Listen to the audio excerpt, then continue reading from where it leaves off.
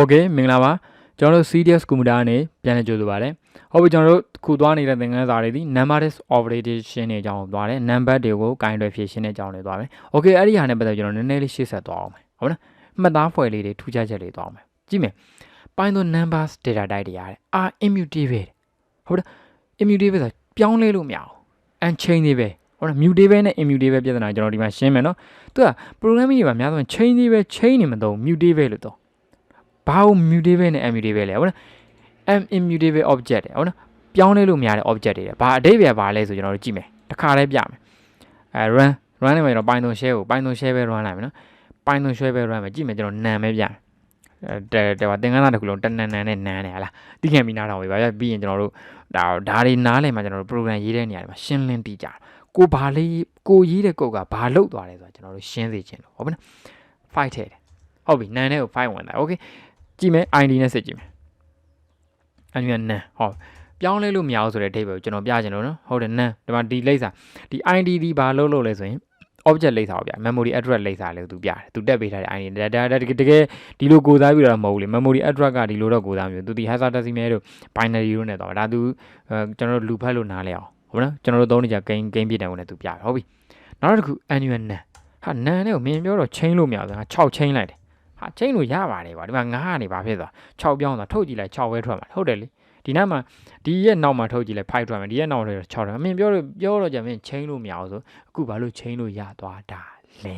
โอเคကြည့်မယ်ဘာသဘောလဲဆိုရင် ID နဲ့စစ်လိုက်မှသူရှင်းသွားလိမ့်မယ် annual နန်းအိုးတူသေးလား memory address တူသေးလားမတူ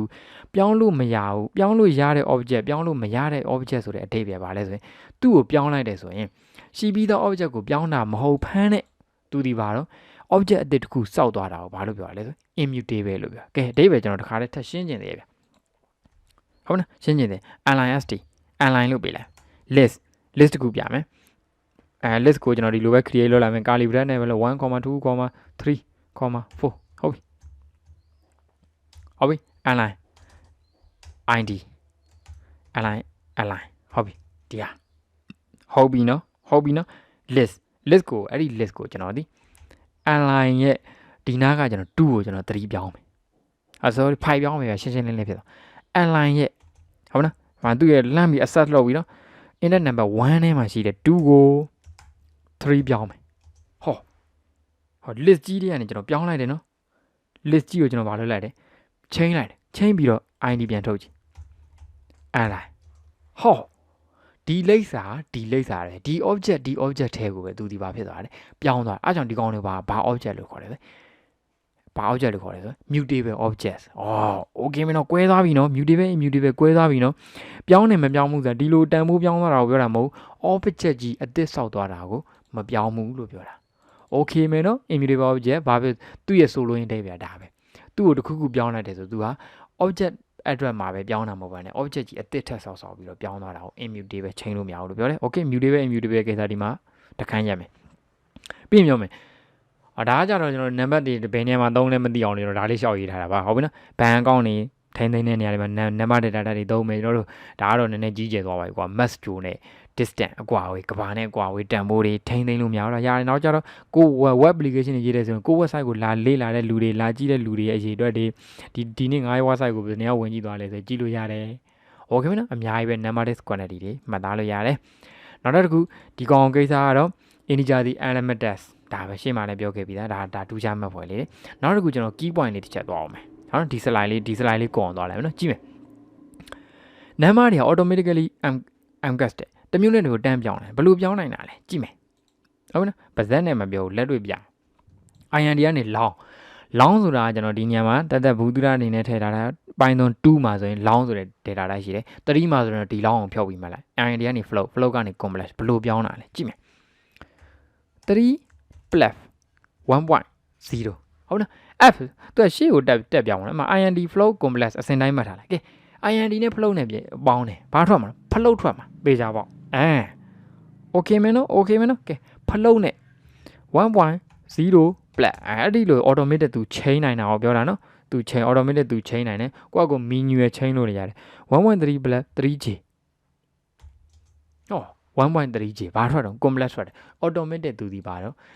casting ဟုတ်လား type casting လို့ခေါ်တယ် type တွေပါလို့သွားလဲချိန်ကိုယ့်ကိုမီနွယ်ချိန်လို့လည်းရတယ်ဒီမှာကြည့်4ဟုတ်လား fn လို့ at float built-in function float ကိုကျွန်တော်တို့4 3ထည့်လိုက်ဗျာ4မထည့်ပါနဲ့ 3.0 ဆိုသူဒီဟိုဒီရဲ့ integer ဘာ data တိုင်းပြောင်းသွားလဲဆိုရင် 3.0 ဆို float data တိုင်းပြောင်းသွားတယ် okay မလားဒါဒီကျွန်တော်တို့သူဒီ automatic menu ရဲ့ automatically change နိုင်တယ်ဆိုတာပြဟုတ်လားနောက်တစ်ခုဒါPython ရဲ့ integer ကဟုတ်နော်ဟို integer ကဏ္ဍန်းနေ unlimited ထည့်လို့ရတယ်နောက်တစ်ခု floating point ဒီမှတ်ချက်အနေနဲ့သူဒီ15 decimal place ဟုတ်နော်တက်မှဘယ်နှနေရာပဲပြနိုင်နော်15နေရာပဲပြနိုင်တယ်ကြည့်မယ်ဟုတ်လားမဟုတ်လားလက်တွေ့ပဲပြရတယ်ဟလားကြည့်မယ်တက်မှ15နေရာပဲကျွန်တော်ဟုတ်ဒီ window ကလည်းကွာဒီဟို share ဆို script မဟုတ်ဘူး internet ကလည်းနည်းနည်းအဲ့ဒါကိုခက်တယ်ကျွန်တော်က3 point floating number ရမယ်နော်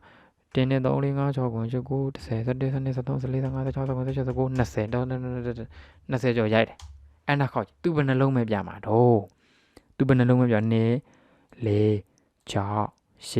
10 14 15ပဲသူပါလို့မလို့ပြမယ်ဟုတ်နော်တသက်မနောက်ဘယ်နှနေရာပဲသူအမြဲတမ်းပြမှာနော်15နေရာပဲသူပြမယ်โอเคမနော်โอเคမနော်ဟုတ်ပြီ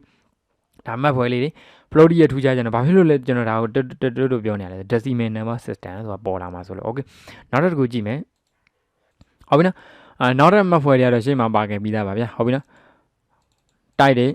သူက automatic change မယ်နောက်တစ်ခုဒီမှာကြည့် if instant function လေးဟုတ်ဒီ function လေးကျွန်တော်မိတ်ဆက်ပြအောင်မယ် if instant type စစ်တဲ့ function လေးကျွန်တော်မိတ်ဆက်ပြအောင် is instant function ဟုတ်နော်ဒီ share နဲ့ပဲပြတယ်ဟုတ်သူကinteger ရဲ့ object လား float ရဲ့ object လားဆိုတော့ဒီလိုလေးလဲစစ်လို့ is instant ကိုကျွန်တော်တခါတည်းမိတ်ဆက်လိုက်မယ်နော် is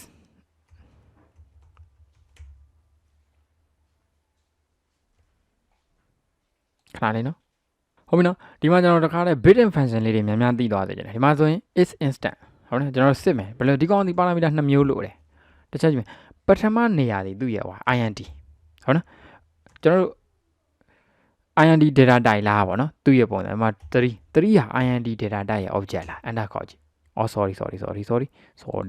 ခဏနေဟုတ်ပြီနော်အဲ့ဒါဘာမှမဟုတ်ကျွန်တော်ပါရာမီတာရှင်းနောက်နဲ့ပြောင်းပြန်လဲတော့ရှေ့မှာသူပါထားရမလဲဆိုရင်ကိုရိုက်တဲ့ instant ကိုထားမယ်နောက်မှာကိုစစ်မဲ့ object ကိုထားဒီ database ဆိုကြည့်လိုက် is instant 3 int ဟော3ဆိုတာ int ဟုတ်လားဟုတ်တယ်လေမှန်နေတာโอเคနောက်တစ်ချက်စစ်မယ်ဒါတော့ဘယ်နေရာမှာလုံမလဲဆို program ရေးတဲ့နေရာမှာလုံမယ်နော် is instant is instant ဒီနေရာမှာကျွန်တော်က 1.0 comma 1.0 fn လို့ဟာနာမည်လေးတော့သိရမယ်နော် object နာမည်လေးတော့သိရမယ်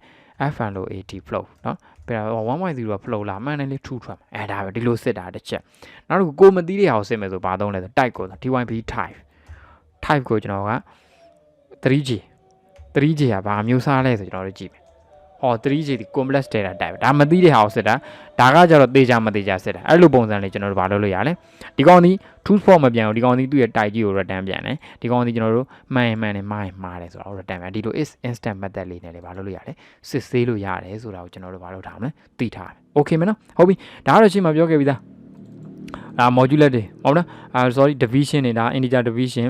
ဒါ floor operator ပေါ့နော် floor division ရှေ့မှာပြောခဲ့ဒါဒီ modular ဒီနှစ်ခုကိုဒါနဲ့ separate ထဲလုပ်တယ်ဆိုတာလဲကျွန်တော်တို့ built-in function တွေသုံးပြီးတော့ပြခဲ့ပြီနောက်တစ်ခုဒါတစ်ခုနဲ့တစ်ခု menu ရဲ့ data type ပြောင်းလို့ရတယ်ဆိုတာလဲပြခဲ့ okay မနော်ဒါသူ့ရဲ့ key point လေးကျွန်တော်ပြန်ပြောပေးနေ okay မနော် okay thank you ဗျကျွန်တော်နောက်တစ်ခါသင်ခန်းစာဆက်ပြီးတော့number အတွက်မှတ်ဖွယ်လေးထပ်သွားအောင်မယ်နော် okay thank you ဗျ